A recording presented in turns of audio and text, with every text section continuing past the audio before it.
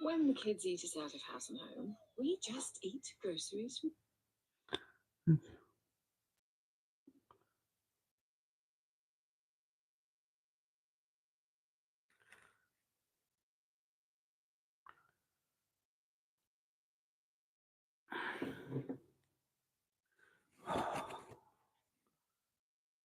I can't see the chat.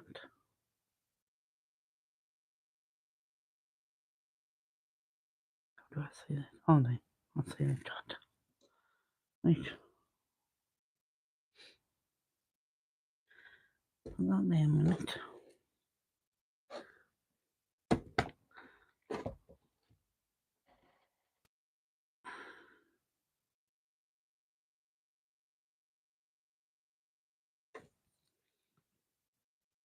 That there. Over there. Over there. Hi, Lady G. Hi, Anne. Can you hear us all right? Am I on? Can you hear us? I don't know if I'm on. Is my sound on?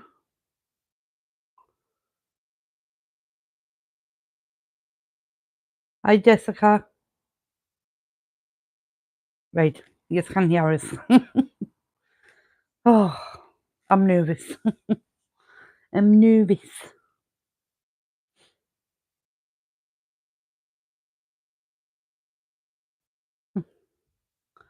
Sorry, something just popped up on my screen. So how is all doing, guys? Hope you're all good. So as you know, this is good. This is my first Bible study. I'm nervous. Trying to find the page.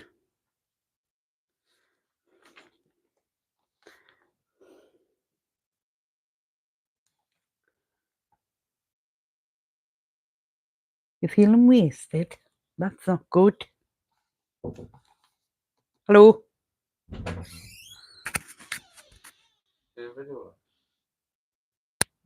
1 minute, guys.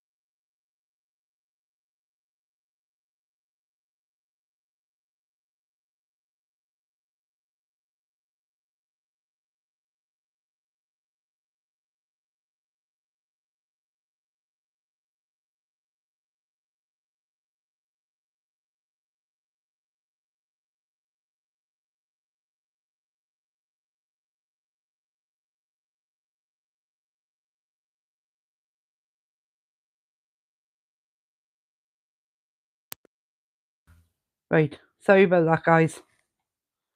The sun just come in and wanted to talk. So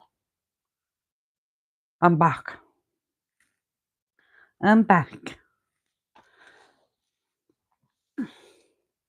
Seems like there's hardly no, but there's people here, but you're all talking. You're making us nervous. I've got my cup of tea. I've got my bottle of water.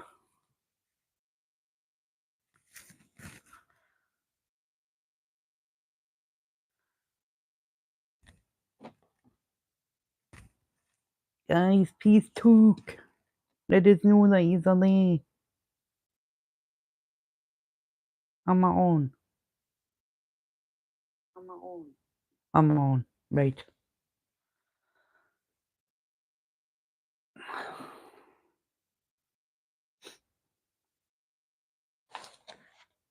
Yes. We're right there. Genesis 1. You're starting with Genesis 1. But first I want to show you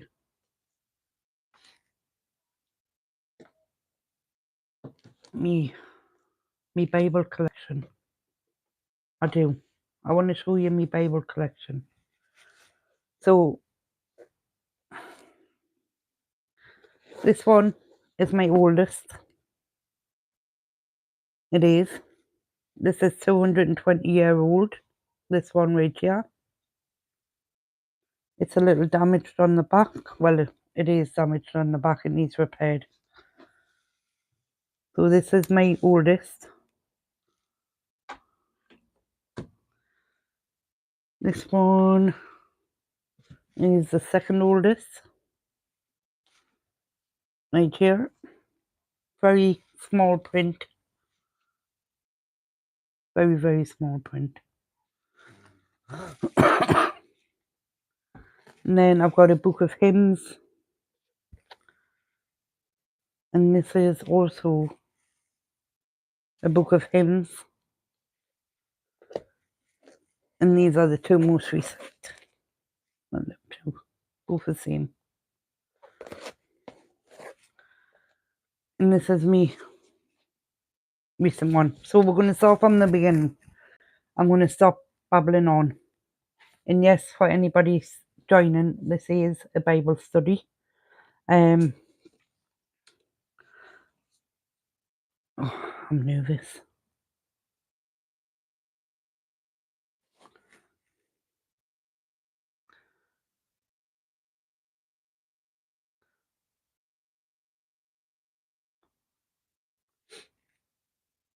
The two oldest ones are from my late grandma, so that's how I've been able to get hold of them.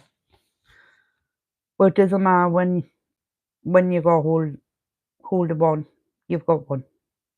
That's the main thing. So I am going to be starting with Genesis, Genesis 1 to be precise. So with a lot of Christians, especially if you're a new Christian, a lot of people say don't start with Genesis because it's scary. It's not. It's teaching you from the beginning. And that's the best way to get to know Jesus is from the beginning and understand why he's here. So that's why you should always start with Genesis. So in the beginning, God created the heavens and the earth. Now the earth was homeless and empty. Darkness was over the surface of the... I can barely see, looking like that. Darkness was over the surface of the deep, and the Spirit of God was hovering over the waters. And God said, "Let there be light." And there was light. God saw that the light was good, and he separated the light from the darkness. God called the light day, and the darkness he called night. And there was evening, and there was morning, the first day. And God said, "Let there be a vault between the waters to separate water from water." See you later. Love you, cha. Sorry about that.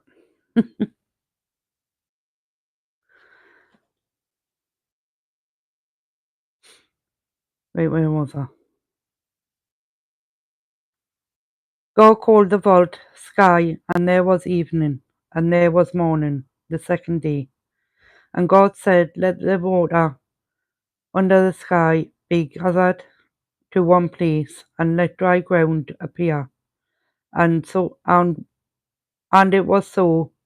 God called the dry ground land, and gathered the waters, and called seas.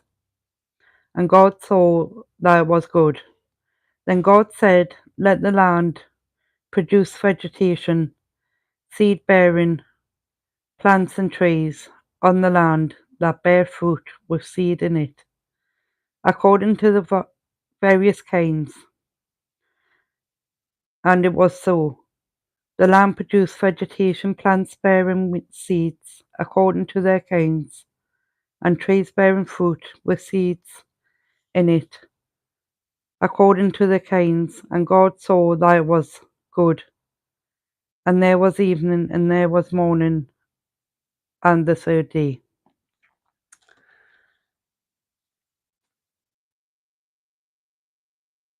And God said, let there be lights in the vault of the sky to separate the day from the night, and let them serve as signs to mark sacred times and days and years. And let them be lights in the vault of the sky to give light on the earth. And it was so. God made two great lights, the greater the light to govern the day, and the lesser the light to govern the night. He also made stars. God set them in the vault of the sky, to give light on the earth, to govern the day and the night, and to separate light from the darkness. And God saw that it was good. And there was evening, and there was morning, the fourth day.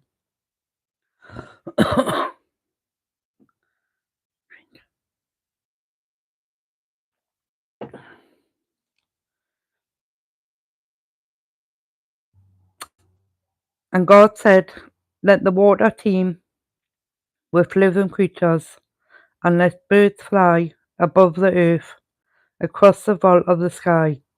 So God created the creatures of the sea and everything living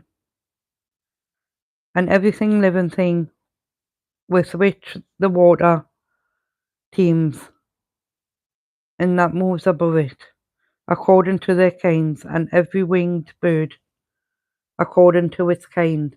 And God saw that was good.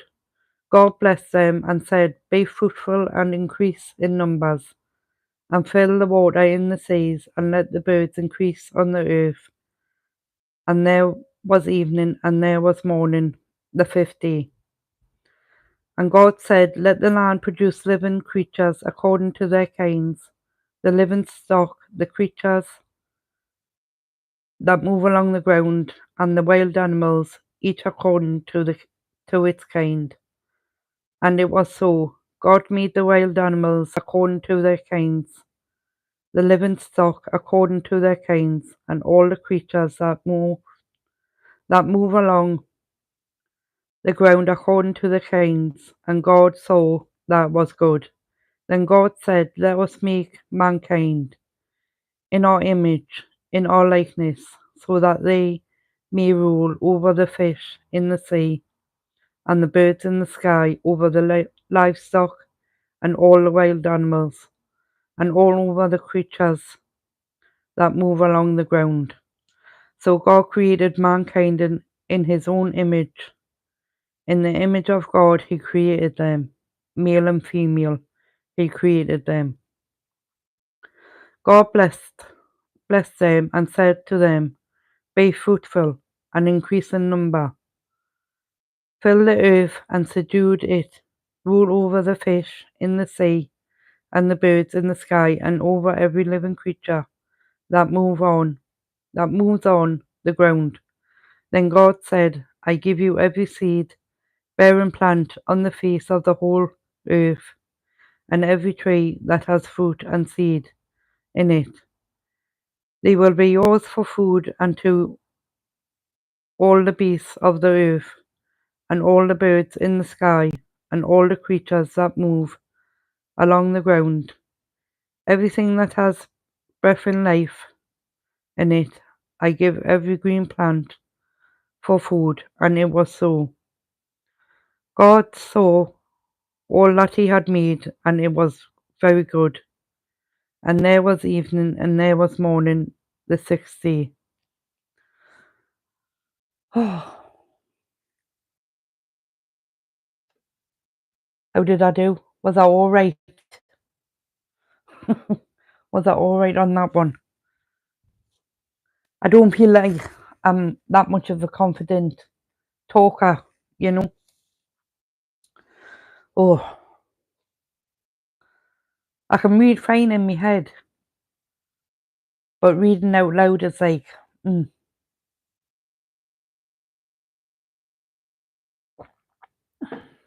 thank you. Oh, do you know what it is? I'm going to say this truthfully, but when you read it in your head, you read it in a different way, but then when you read it out loud, you kind of understand it more, if that makes any sense. It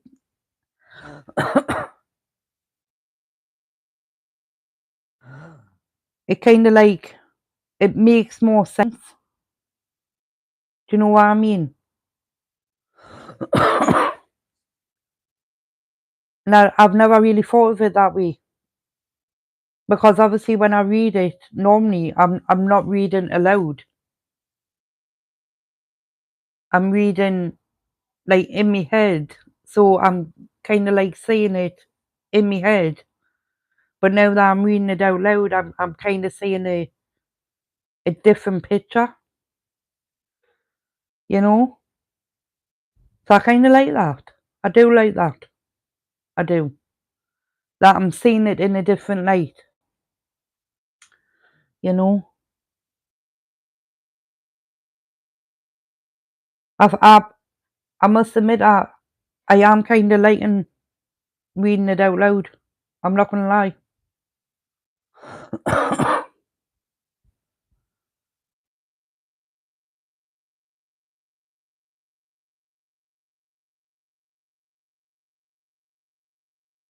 You get a bigger picture of it.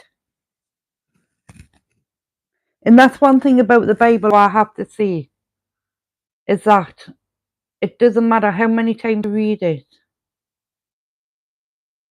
and you think you know it, but then you go back to reading it and you find something new every time.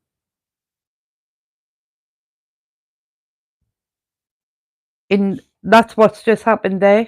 Because obviously I've read this part before, obviously. But I'm like, I kind of didn't say it like that when I'm speaking it out loud. It's so weird. So that's so true, Linda. It is. It really is true. It really is. There's a lot what I've read there, and I'm like, wow,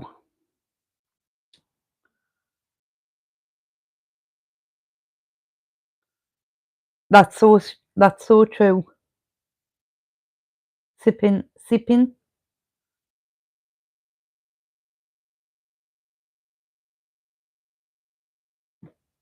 I have to agree with you, Sharon. It does have more power speaking out loud. It does.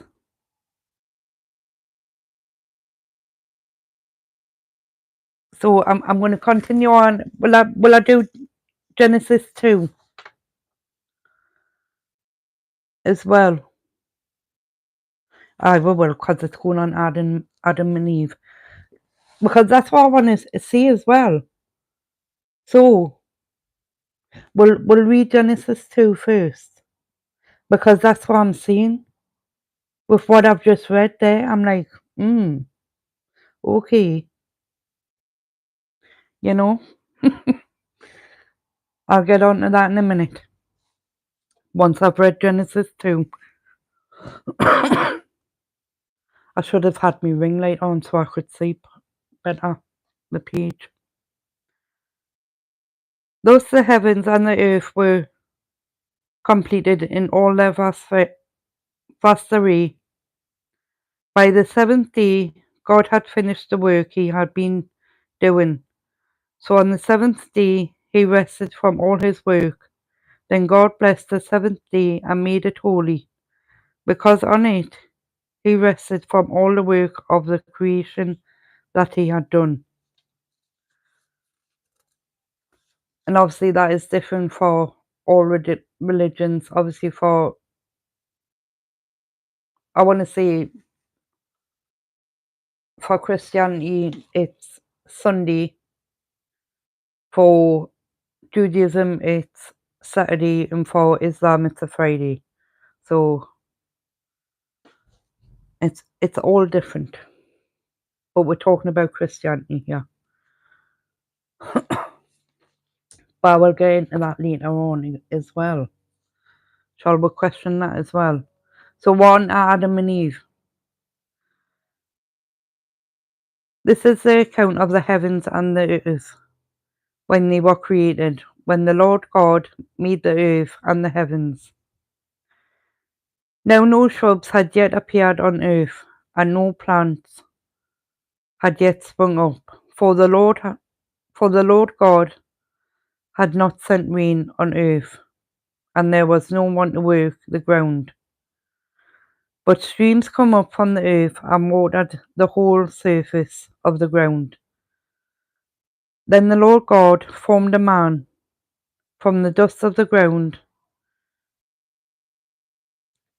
and breathed into his nostrils the breath of life, and the man became a living being. Now the Lord God had planted a garden in the east in Eden, and there he put the man he had formed. The Lord God made all kinds of trees grow out of the ground, trees that were pleasing to the eye and good for food. In the middle of the garden were the tree of life. Am I to lead?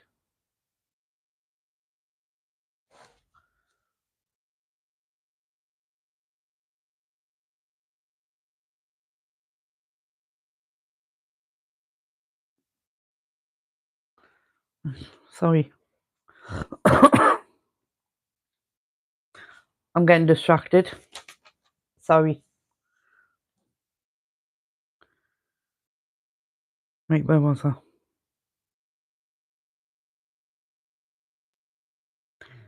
Now the Lord God had planted a garden in the east in Eden, and there he put man he had formed. The Lord God made all kinds of trees grow out of the ground, trees that were pleasing to the eye and good for food. In the middle of the garden were the tree of life and the tree of the knowledge of good and evil. A river watered the garden, a river watering the garden flowed. Sorry, get myself all kerfuffled.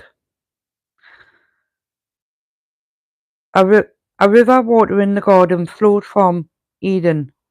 From there was separated into four waters. The name of the first is the Pishon. It winds through the entire land of.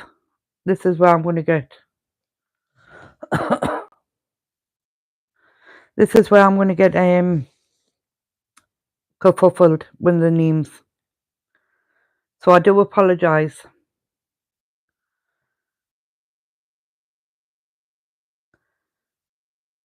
The name of the first is Pishon. It winds through the entire land of Havala,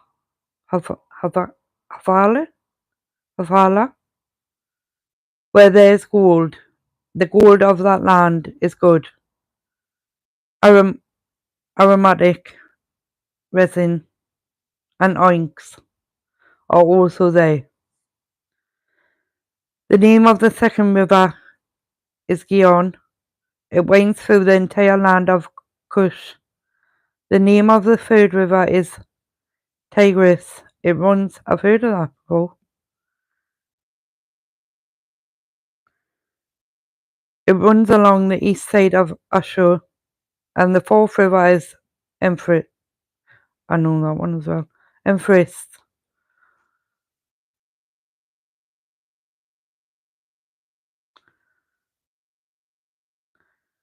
Sorry, that's me thinking. I do apologise because I'm now recognising the names. of the places. Empress is that's in Turkey. It is. That's where I'm recognising the names. The Lord God took the man and put him in the Garden of Eden to work it and take care of it. And the Lord God commanded the man, "You are free to eat from any tree in the garden, but you must not eat from the tree of knowledge of good and evil. For when you eat from it, you will certainly die." The Lord God said, "It is not good for the man to be alone. I will make a helper suitable for him." Now the Lord God had formed out of the ground all the wild animals and all the birds in the sky.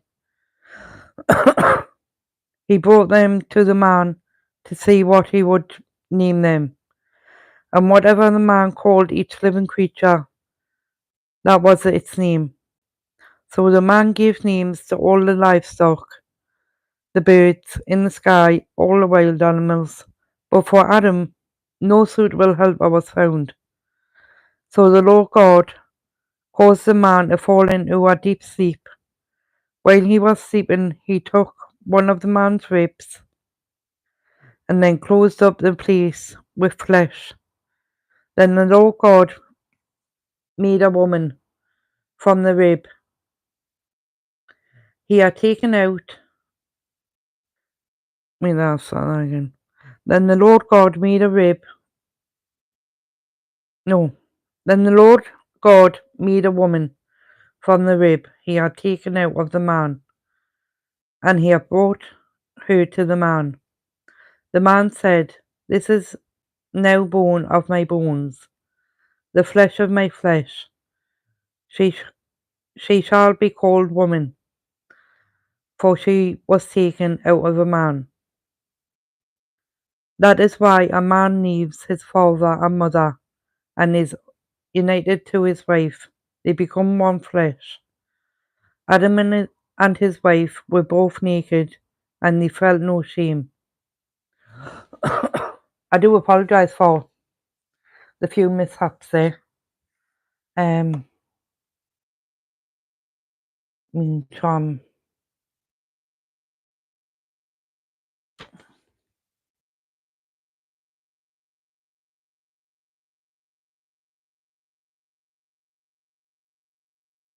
I know I'm getting nervous, Lady G. I'm getting nervous.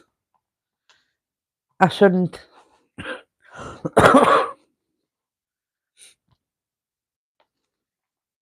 Have a sip of tea.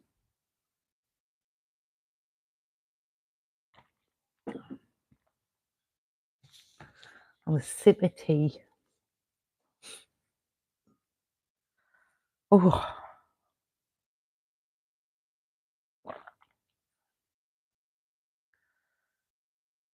See my throat drying.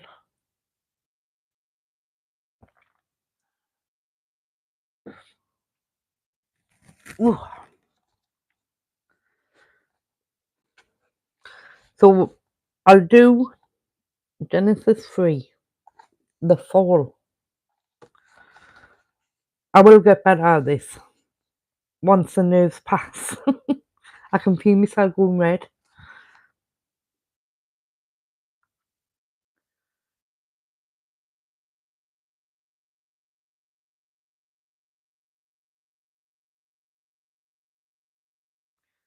Now the snake was more crafty than any of the wild animals the Lord God had made. He said to the woman, "Did God really say you must not eat from any tree in the garden?"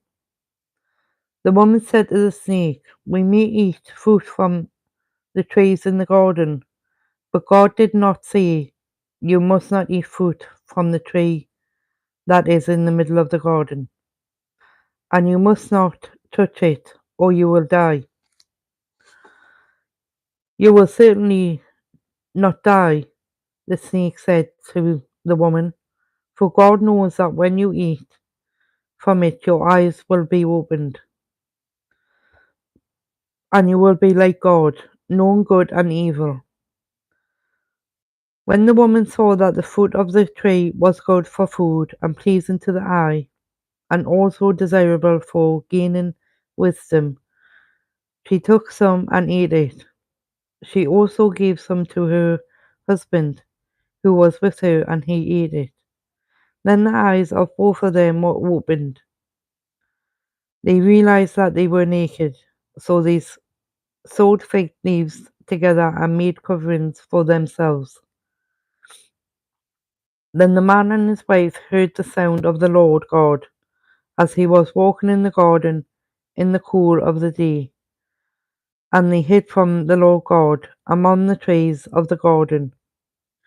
But the Lord God called to the man, "Where are you?" He answered, "I heard you in the garden, and I was afraid because I was naked, so I hid."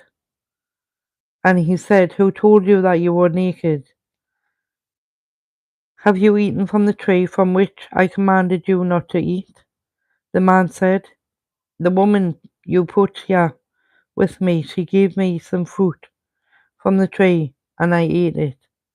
Then the Lord God said to the woman, "What is this you have done?" The woman said, "The snake deceived me, and I ate it." So the Lord God said to the snake, "Because you have done this, cursed are you above all livestock and all wild animals. You will crawl on your belly, and you will eat dust all the days of your life, and I will put enmity between you and the woman, and between your offspring and hers. He will crush your head, and he will strike his heel." To the woman he said, I will make your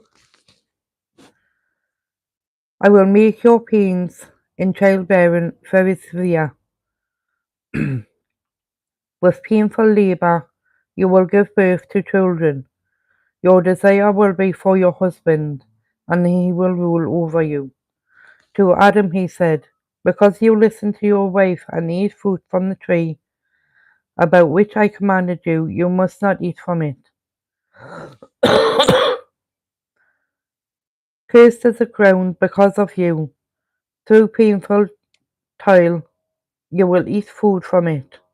All the days of your life it will produce thorns and thistles for you, and you will eat plants of the field. By the sweat of your brow you will eat food until you return to the ground.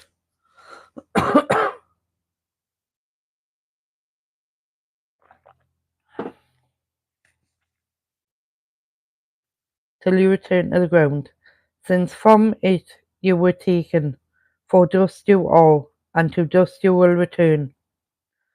Adam named his wife Eve, because she would become the mother of all living. The Lord God made garments of skin for Adam and his wife, and clothed them. The Lord God said, the man has now become the one of us, knowing good and evil. He must not be allowed to reach out his hand and take also from the tree of life and eat, and live forever. So the Lord God banished him from the Garden of Eden to work the ground from which he had been taken. After he drove the man out, he placed on the east side of the Garden of Eden cherubs and flaming swords, flashing back and forth to guard the way of the tree of life. Oh, so I've got a question for you in regards to Adam and Eve.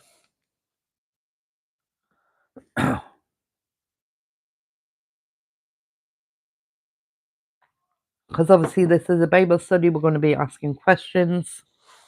So I'm going to stop at 3. In the next, when we come back to it, we'll go to 4. Because unlike what a lot of people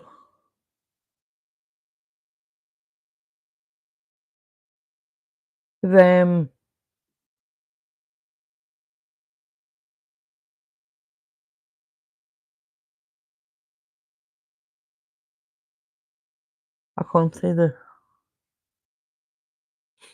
message. What was I saying? So we'll go to Genesis 4 the next time, but we'll stop here where Adam and Eve get kicked out of the Garden of Eden. But I've got a lot to think about there. Now that I've spoke about it out loud, I do have a lot to think about in regards to that. So, absolutely. That has definitely opened my eyes talking out loud. On my own, yes.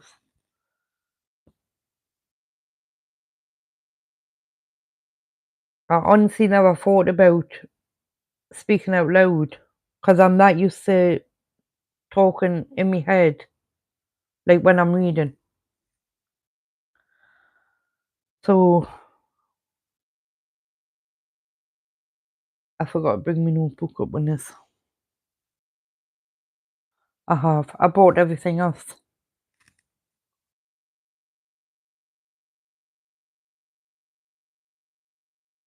Thank you.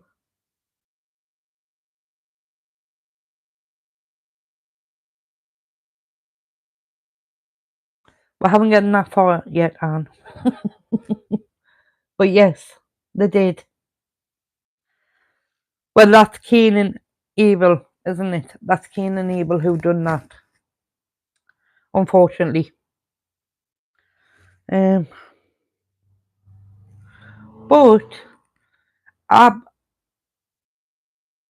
talking about Adam and Eve, I was thinking about this last week, and I want to know what your opinions are on this, because we can obviously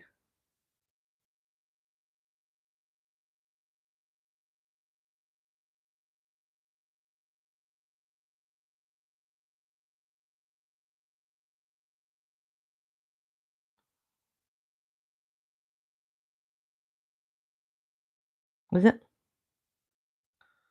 I don't know.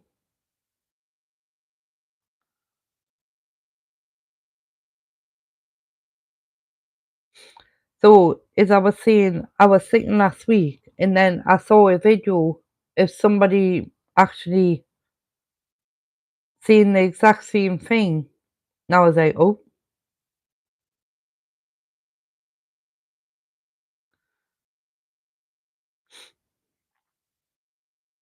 So, when it comes to Jesus, we can look at the Bible in so many ways, because obviously you've got so many prophets like Abraham, Isaac, David. But then the last one is obviously Jesus. It is, and always will be. I'm just saying, Jesus was the last one.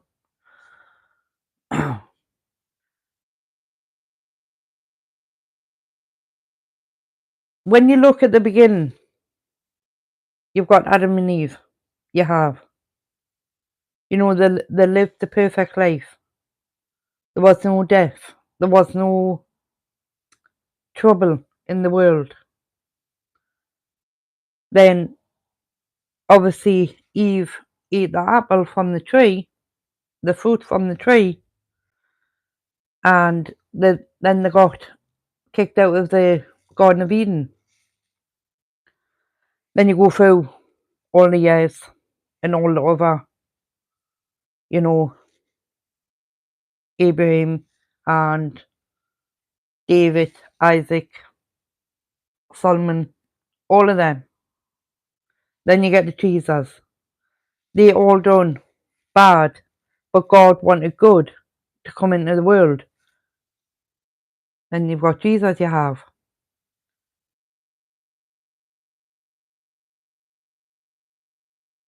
Yes, I'm going to think I'm crazy when I say this, and it could cause arguments. But I believe Jesus was Adam. and A is Adam. And he's trying to create the good in the world. Because at the beginning, everything was good. Then evil came along. Jesus is trying to create,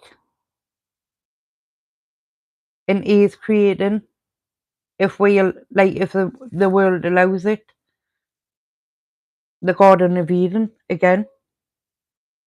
Do you know what I mean? And when I thought about this the other day, I thought, Michelle, you're crazy. And then I heard somebody else talk about it, but I hadn't searched it up. And I'm like, that's just, it was strange. The fact that this person had spoke about it as well. I was like, okay, maybe I'm not crazy. You know? So what are your... Jesus is the new Adam. He is. He is. But without the wife. Without the wife. You know?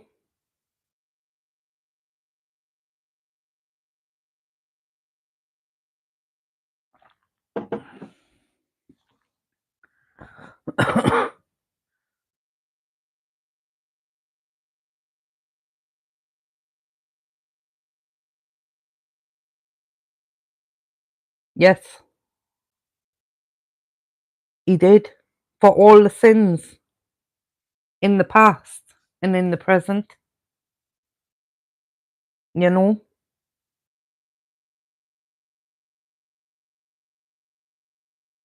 So he...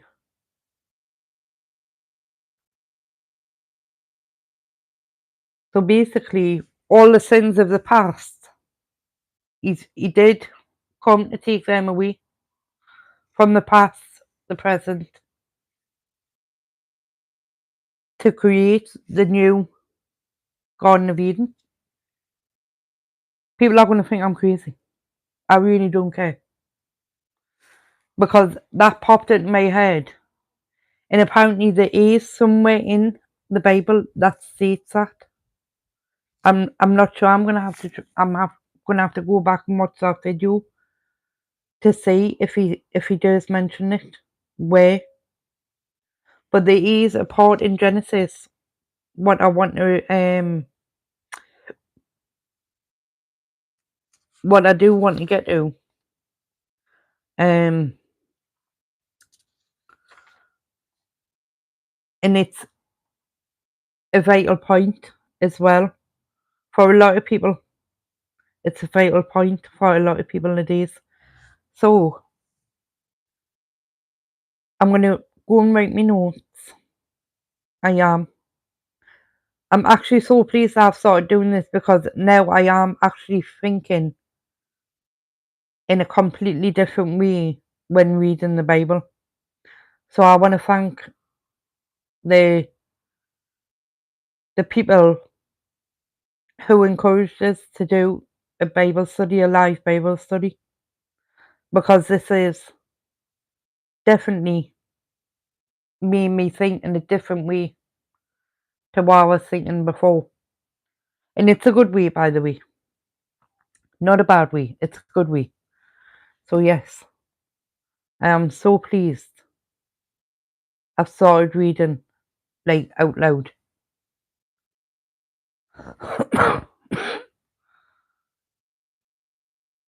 I'm actually really pleased that I've started doing this. So I'm gonna stick to once a week for now, because obviously this is something new and it's gonna be every Sunday night. It is. But then I might start doing daily.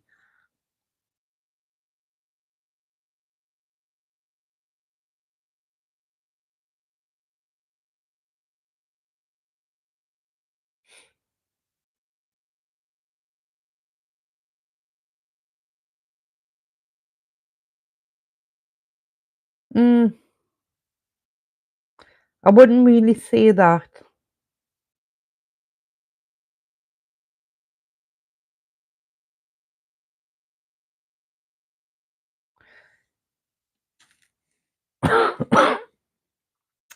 You see, Anne, for me, the way will we be judged on our past actions, thoughts, and speech? I don't think we will. I don't think we will. As long as we are good and stop it. You see, that's one thing I want to learn more about as well. But I don't think we will. I don't think we will. Because my past actions, I've got a lot.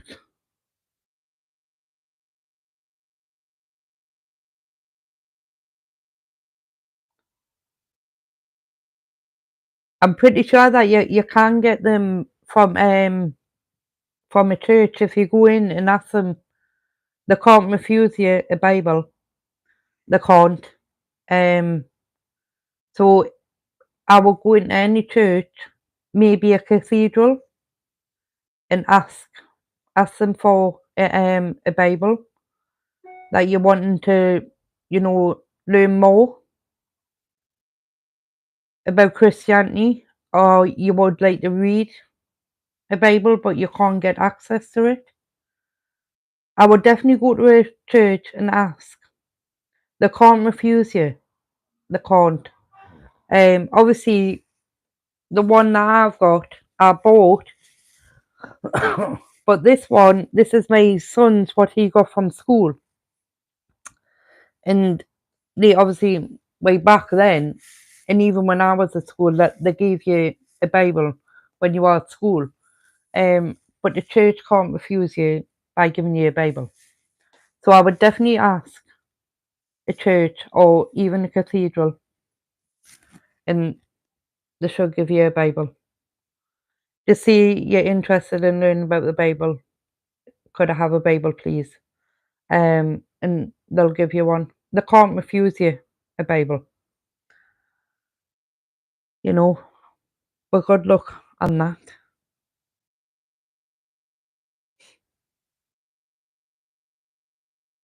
But as I was saying, that is something I want to get more into. Like, will we be judged on our past thoughts in actions in speech? I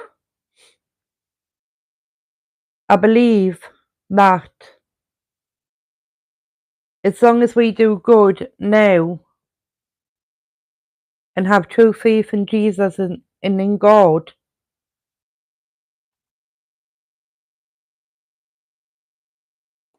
you see, I don't really want to say that, but I don't.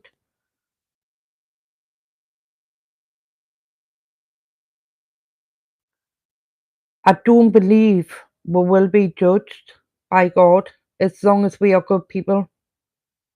Yes, we all sin. We sin every day. As long as you, what was it that somebody had said? How many times can you ask for forgiveness from God? And what was that? Is it 777 or something like that? I'm going to have to look into that. Times that we can ask for forgiveness from God. 777.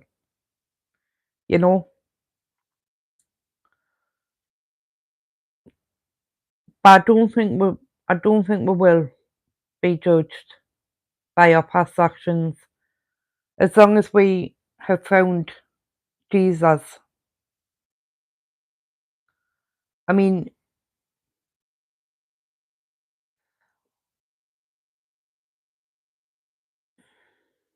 we will be judged, but will it be, when you say will we be judged,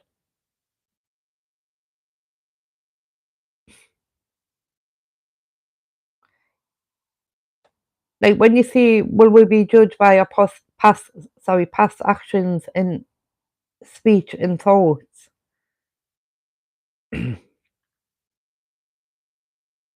we get judged every day. Like, I get judged every day. You get judged every day. It doesn't matter what you do.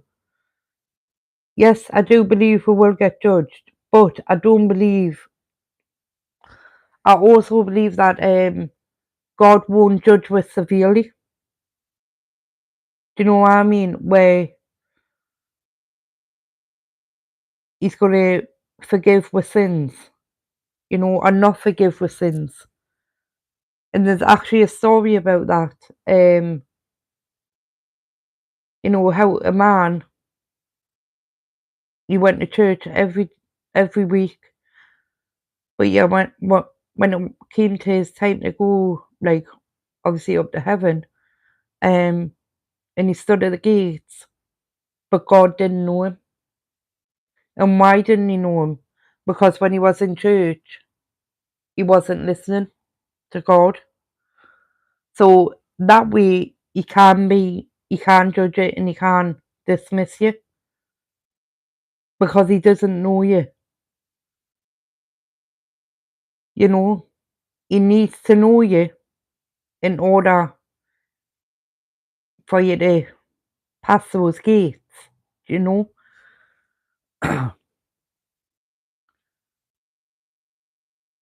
Yeah, of course, we all do bad things. We do. We all do bad things. Like, say for instance, you can go to church every week, you can do and make out to be this perfect Christian, but in fact, do you have a relationship with God? But as it says in the New Testament, and what Jesus says,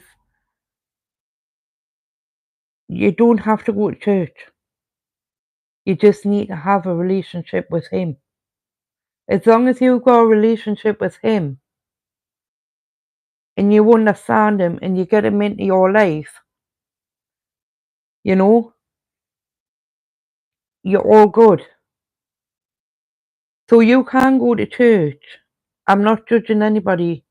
I'm in the proceeds of trying to find the right church to go to. I am.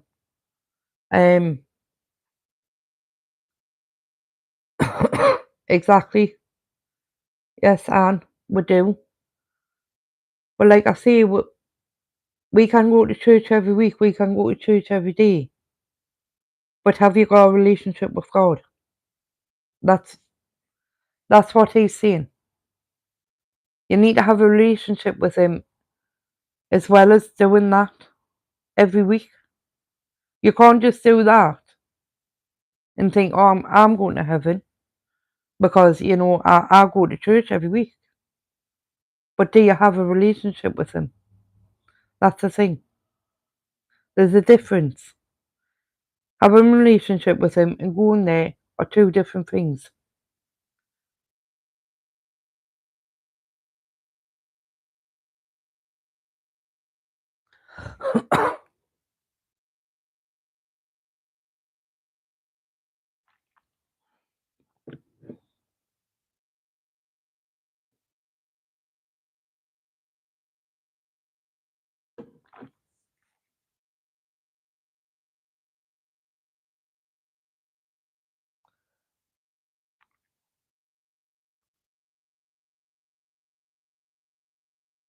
But how would you look at your good deeds, Anne? How would you look at your good deeds?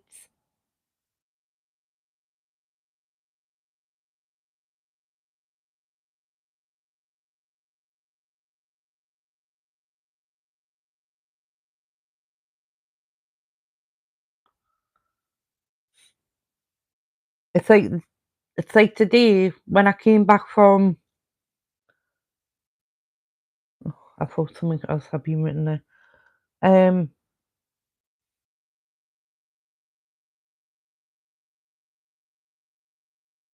I d- you see, with good deeds, it all depends what you. Well, actually, you shouldn't really look at it as that.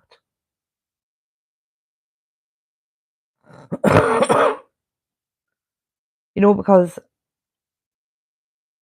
we should be doing good all the time. You know, we should be doing good all the time. Although we do slip and fall sometimes, quite a lot. We should.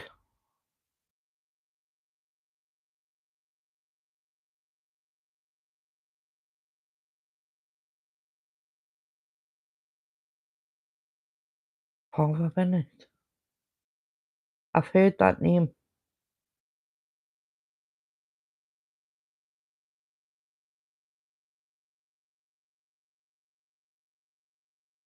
I sometimes watch Mary Mary.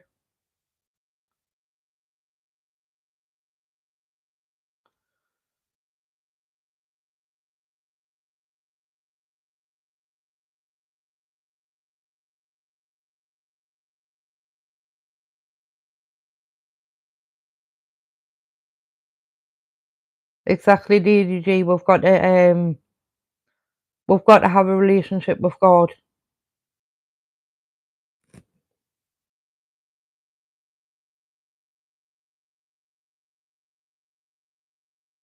I think I know who you. Has he got dark hair? I'm sure.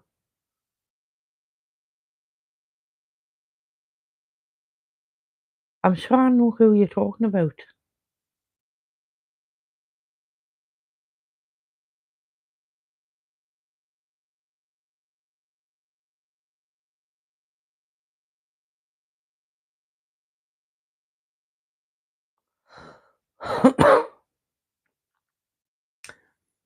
I know who he is, and you see, sometimes I'm at work, so I kind of miss it.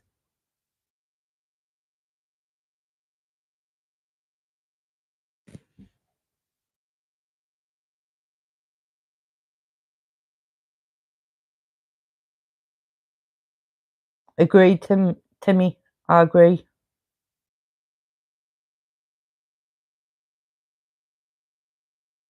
It's it's hard to think and to imagine how can anybody think like that. Hi, Sabrina. I've just seen your message there.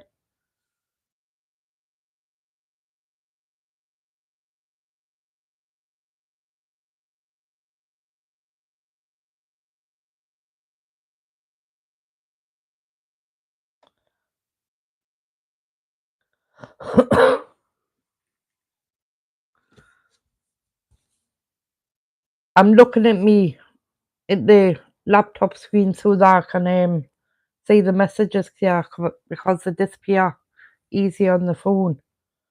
They do.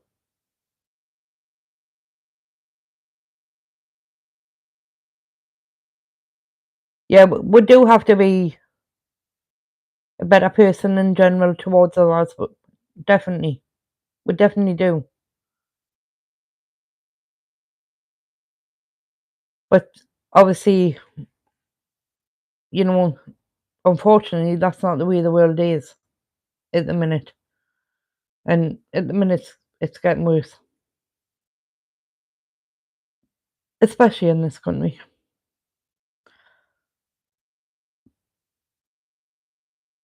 Do you want to know what? I've always classed myself as a Christian. I have, like always.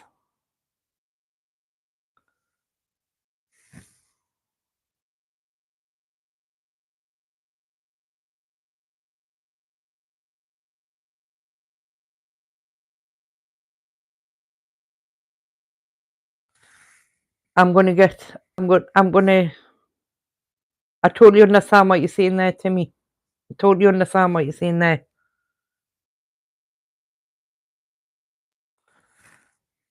And I totally get what you're saying there as well, Lady G. So when I've always classed myself as a Christian, I have done, but this past year is when I've really felt a closer connection.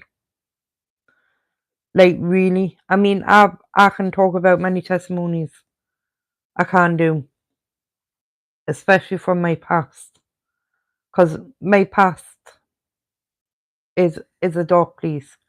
But this past year, like from the beginning of the year, I just thought I'd let that place go past. I've really felt a much closer connection. In the moment I made that video, I mean, obviously, if you're new to my channel, you'll not know this, but when I made the video, is to me getting like accepting him, Jesus, into my life. Will just I lost a few followers. I'm not gonna lie. I lost a few followers, and that is all I'm gonna say on that. But what I will say is this: God brings in people in your life who He wants into your life, and He will take out those who He doesn't want into your life.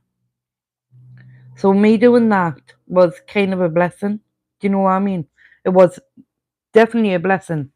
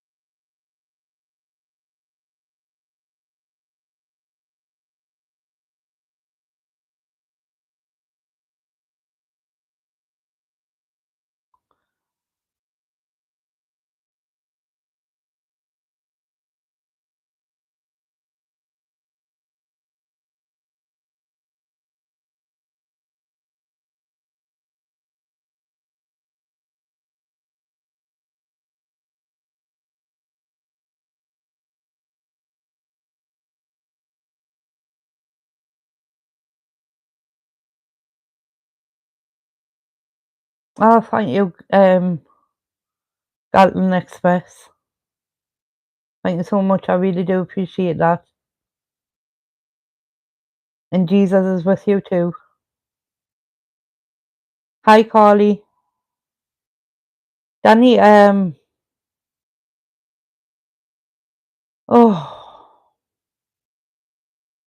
that's a hard one because I can't really,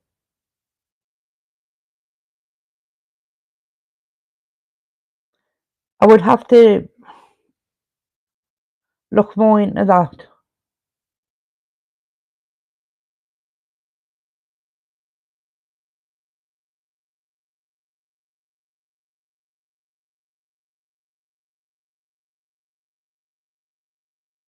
I will definitely look more into that, Danny. Definitely. I remember you coming in the other day in my live last week. I hope you're doing all right.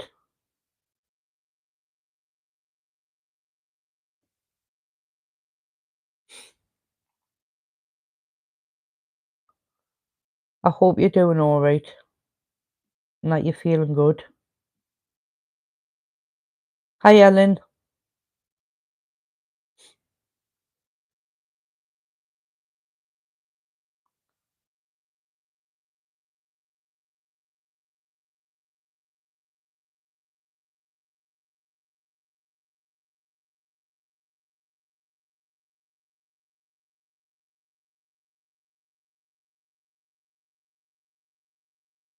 Oh, panic.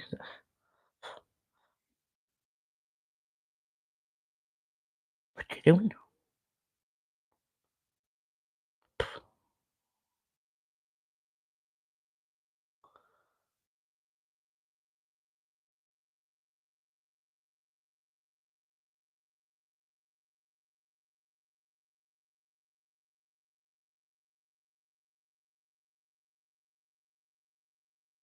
Agree to me. There definitely is. It's funny. It's funny you say that, Gatlin, because I completely agree. I do. And there's one part in Genesis what I want to well, I can't wait to read on that. And it kind of resonates with what you've just said there.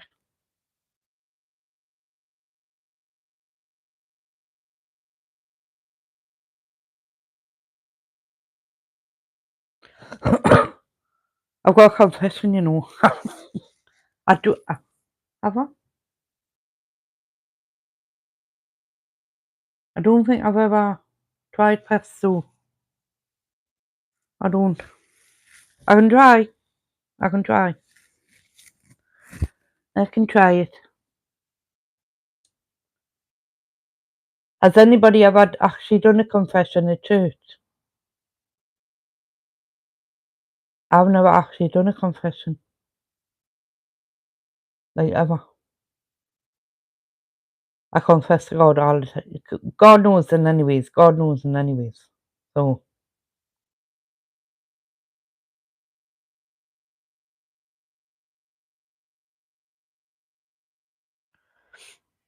there are a lot of wolves in sheep's clothing to me. Definitely. I have definitely met a few of them in my lifetime. Most definitely. Yep. And God shooed them away. He did.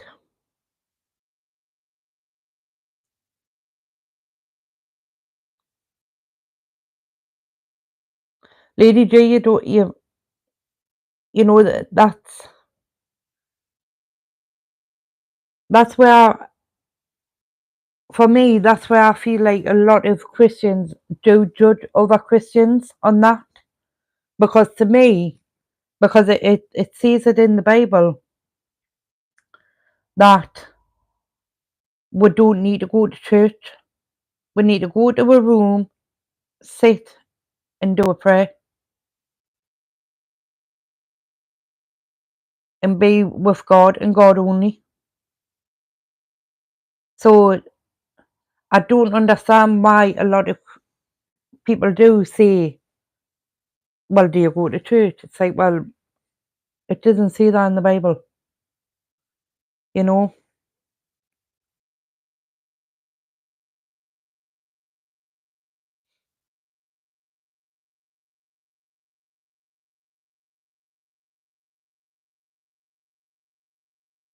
I mean, if it says it in the Bible, why should we be judged by others for not going to church? You know, so I'll never judge anybody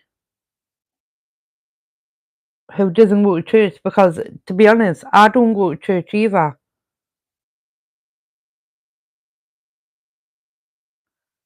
But the only reason why I don't go to church is because I haven't found the right one. Like, do you know when you go somewhere and you feel a connection? You know, and Father Peter said that to me the other week when I went to St. Nicholas Cathedral in Newcastle. He said, find a church where you feel a connection. And I believe in that as well. You've got to find a connection. You can't just go because, you know, because other people tell you to go. If you don't feel a connection going to church, then that is entirely up to you, and that's your prerogative. But nobody should judge you for it either.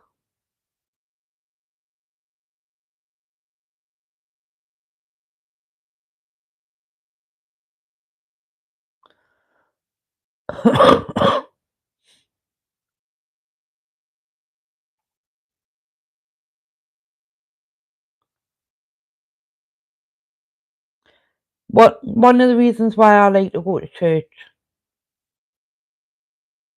is because when I go, and this is going to sound strange, but when I was in a bad place a few years ago, I went to church, and it was the first time I felt absolute silence, and it was one of the most amazing feelings ever. So if I'm ever in like that way, I know going to church will help us a lot.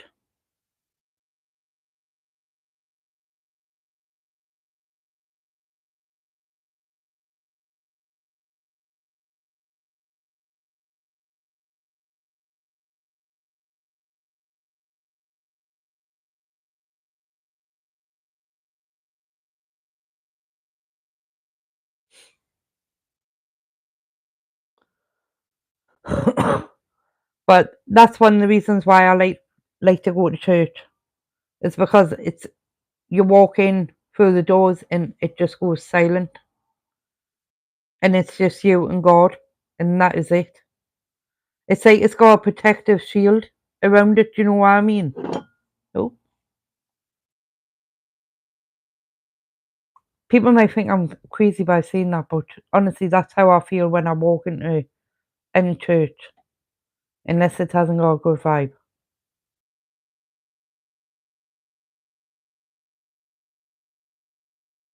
But I've never felt that before, so they've all been good.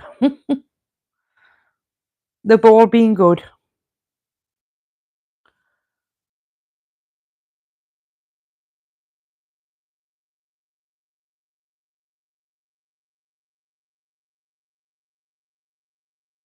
They do heal. They do heal. Because when you go in, it's like it's just you and God and nobody else. Yes, there might be other people there, but it's like it's kind of like you've walked in and you're in that bubble, and all evil is behind you. Do you know what I mean? And they can't get in.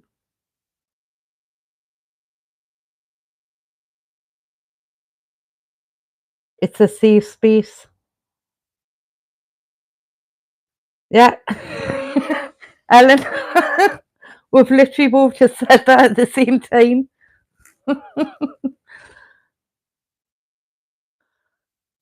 Eh, great minds think alike.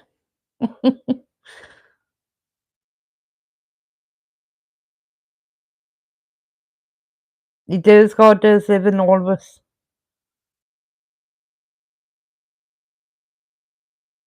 Even those that deny him. But there will come a time where they will seek him out.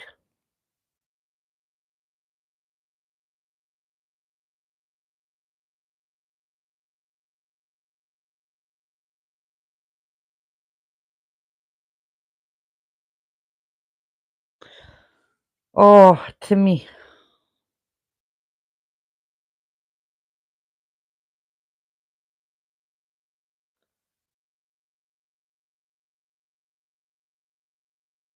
yes, to me, I do feel that happening. A spiritual warfare, and it's not looking good. It isn't looking good at all.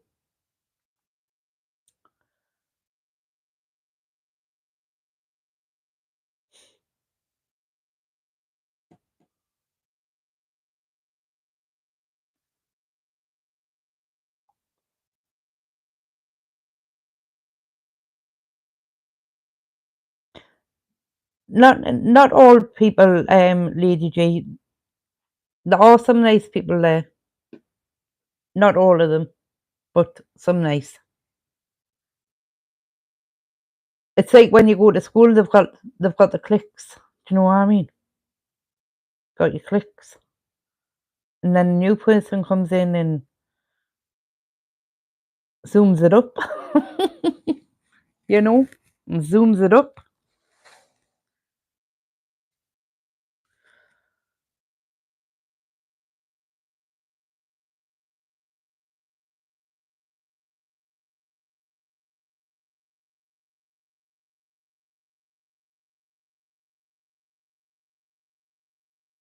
You see, I like sitting on my own. I do.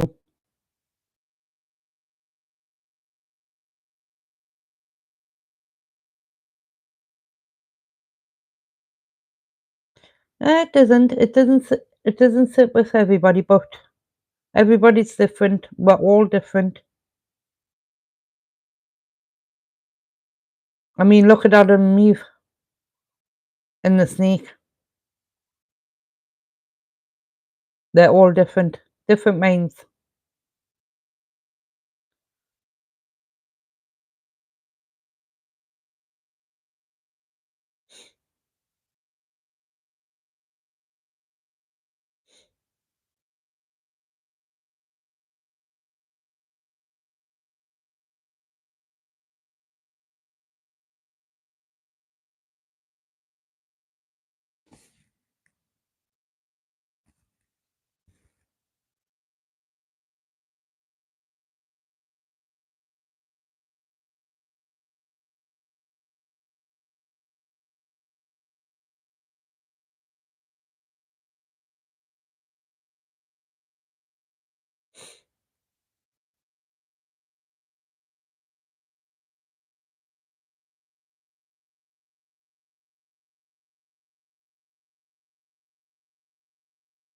I would say that it's been this past, like, I would say past couple of years where I've been in a right battle with myself. Like, what do I follow? What do I do? Where do I go? So I can totally resonate with that. I can totally resonate with that. But I've always felt a strong connection with Jesus, and he is, and I'm going to say this, my safe space. He is.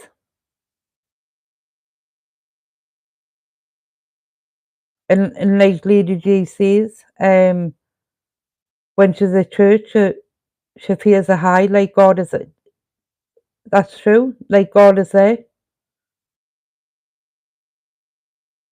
I mean, he's here now with her as well.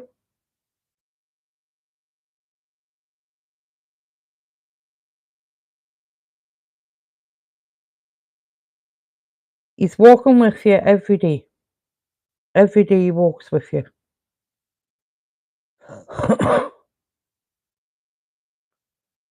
He does.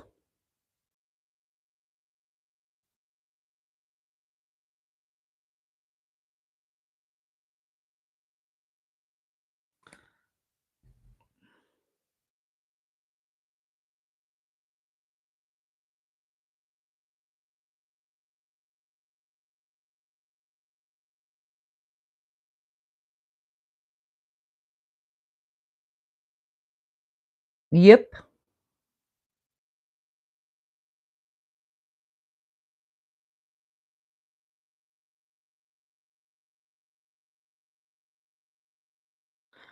I do.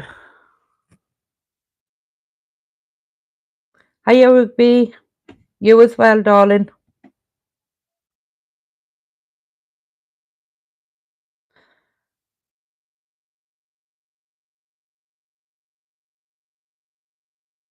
I do, Timmy. Me being one. Um,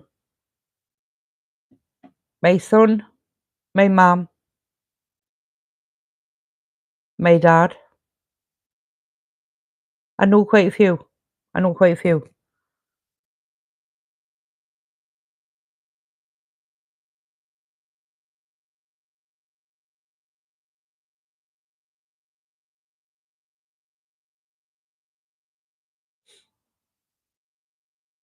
You don't just need to sit in a church to feel connected to Jesus, Danny. You can sit anywhere and feel a connection.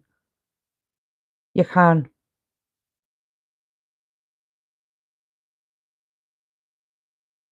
because he's always there with you.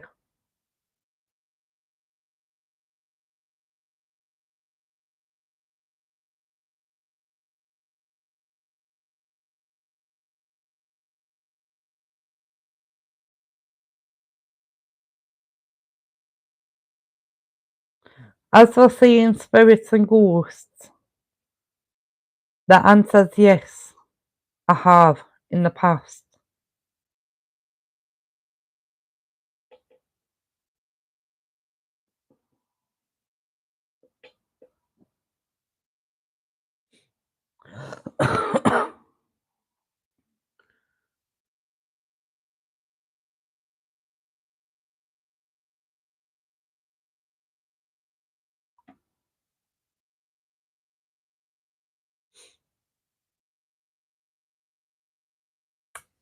Hey, hey guys, how long have I been on?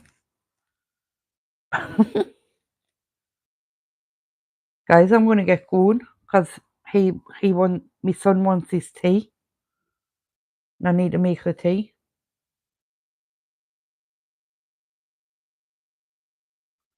But it's been lovely. I'm going to write me notes for next week. And next week we're starting with Cain and Abel, Genesis 4.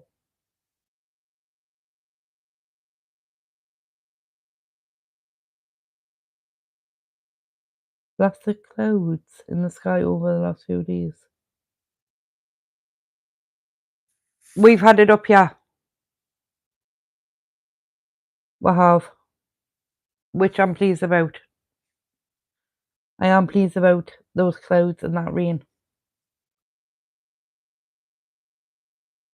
Thank you, Timmy. Thank you so much.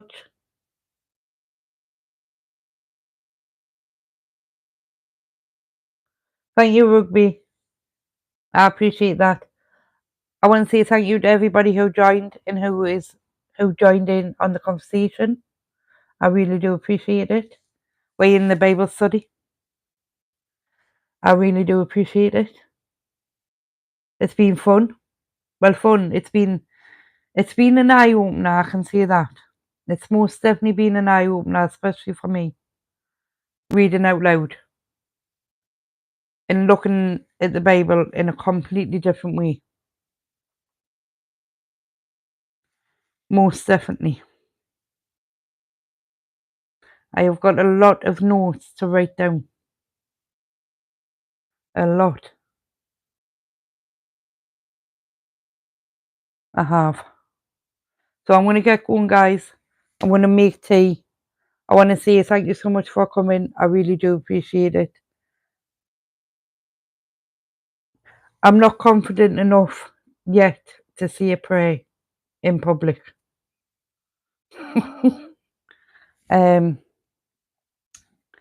So I'll say a prayer off camera for you all. Well, I'm going to have you all in my prayers. I am. Thank you so much. God is with you all. He is. And remember, you don't have to just go to church to feel close to Him. So, thank you so much. Love yous. Take care. And I will see you in my next video. Bye bye.